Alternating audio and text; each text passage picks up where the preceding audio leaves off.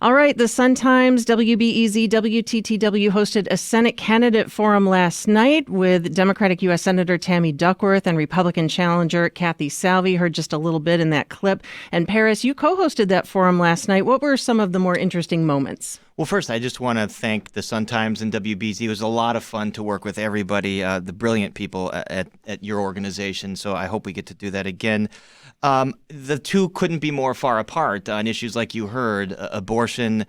Kathy Salvi didn't really answer the question whether or not she would vote for the Lindsey Graham bill that would outlaw all abortion federally after 15 weeks. You know, Republicans in the past had said, let's leave this to the states.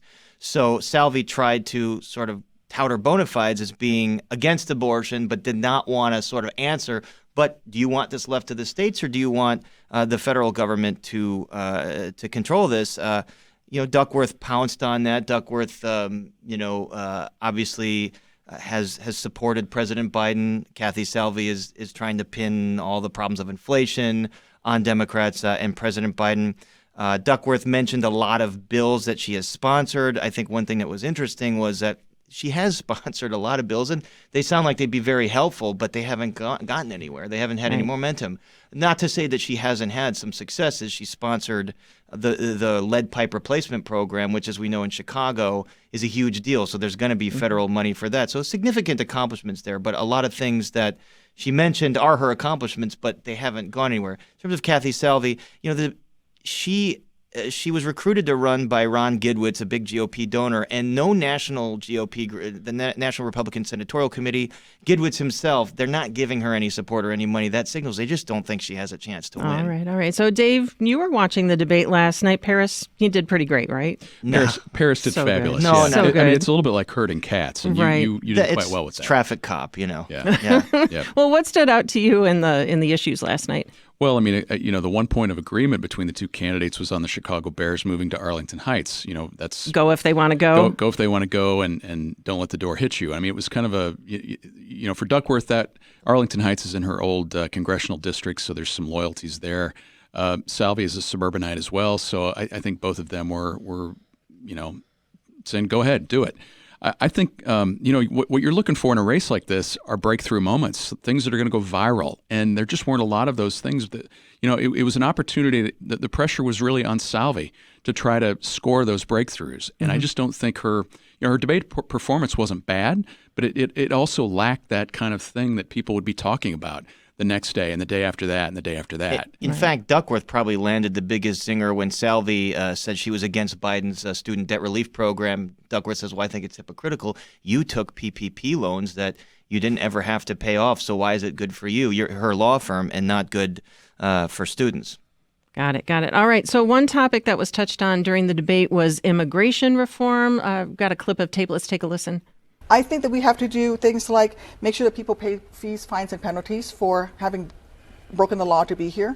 Find a way for them to work and earn and pay into Social Security and pay taxes so that they're not being taken advantage by being paid under the table. We have a humanitarian crisis at our border. 3 million people in the last 2 years have crossed this border, and they are dying by the day, and it's underreported. All right. So, Kim, this is a topic that's top of mind for voters, certainly in border states. But what about Illinois? Is this something that Illinois voters are talking about? Well, this is an interesting election, okay, because there's very low energy around this election just in general. And the number one issue that everyone has made the issue is abortion in the state of Illinois, which right now is it's going to be a protected healthcare decision, right? But immigration, I will say that it has come more to the forefront now in the city of Chicago that we have received over around 4,000 people who have been bused here from Texas and other places. And for the first time, a sanctuary city, which is what we call ourselves in the way that we operate, has had to deal with this crisis firsthand and is running out of spaces. We were just talking about the utilization of school buildings that were shut down.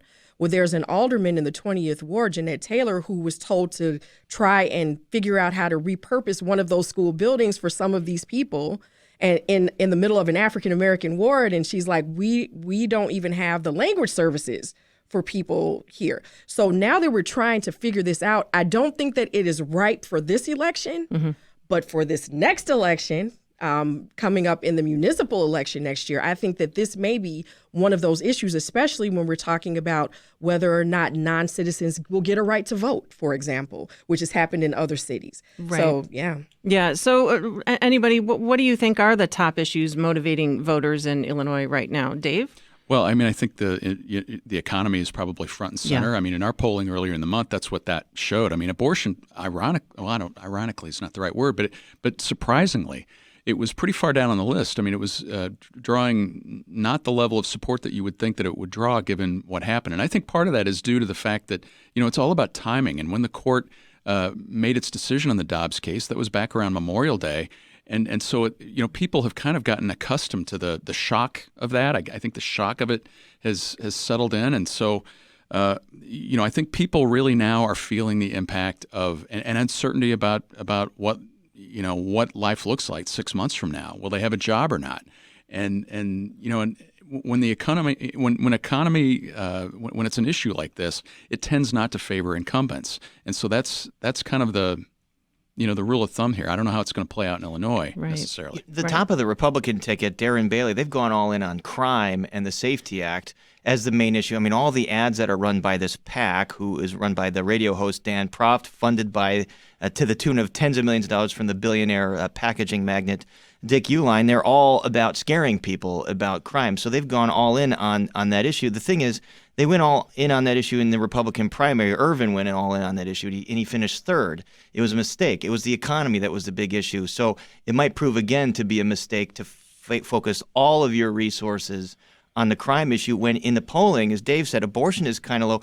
Crime is below the economy in terms of voter concerns. Sure. In these polls that have come out, and Mr. Proft has made millions of dollars in fees from Dick Uihlein funding all these ads in favor of Darren Bailey. All right. James Carville, 1992. It's the economy, stupid. Right, exactly. Right. All right, in Pennsylvania, we've got this tight Senate race between Democratic Lieutenant Governor John Fetterman and Republican challenger Dr. Mehmet Oz, who is backed by President Trump. Now, if Oz wins, the Senate could flip to GOP control. Dave, do you think Duckworth's seat is pretty secure in the blue column? Well, I mean, you hear pundits nationally talking about Republicans gaining momentum around the country a little bit. There'd been talk about a big red wave, and then that kind of eased off a little bit, and now it's starting to come back a little bit. But the groups that I tend to look to, the nonpartisan groups like the Cook Political Report, the University of Virginia's Sabato Crystal Ball, they still have the Illinois U.S. Senate race in the safe D category, meaning that it's as safe as it can be for a Democrat. So I think that's one reality. The polls that we've seen taken in Illinois bear that out. Emerson College and WGN they were most recently in the field. They had a 49-39 edge for Duckworth, and that corresponds pretty much with what our polling with the Sun-Times showed earlier in the month. It was about a 50-36 spread. So again, it's a big gap for Salvi to make up. Right. So if we're talking a little bit about polling across the country, some of it suggests that Republicans are gaining momentum in House and Senate races going into the November midterms. And I would love to know, do you trust the polls, Paris? Gosh, to some extent, but I don't think we should rely on them entirely. They're a snapshot in time. Sure. It's not concrete.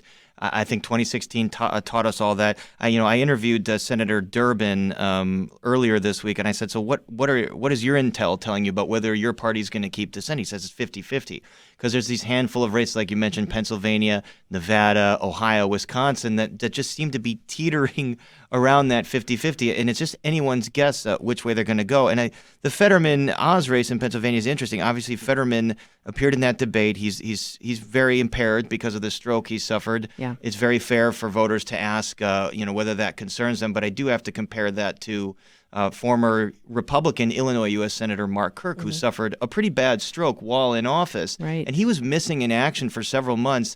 And most of the coverage of him was positive and inspirational. And, folks were welcoming him when he made it back to the Capitol. They were cheering and applauding. And It's just interesting the contrast between that. He wasn't running for office at that time, Right. But this isn't unprecedented. But he didn't win, right? No. When he ran. Duckworth beat him later. Yeah. So Duckworth ended up beating him later. But the coverage of him, the news coverage was mostly inspirational, and he's suffered this thing, and he's on the mend, and he's making his comeback. Right. So, Kim, what do you take on the polls? Do you put any trust in those? I don't know who they poll. I've never been polled, so that's one of the reasons Yeah. why I'm Good point. like, who do they poll? How are those people feeling on that day? And yeah, because after 2016, I just have no faith in polls anymore.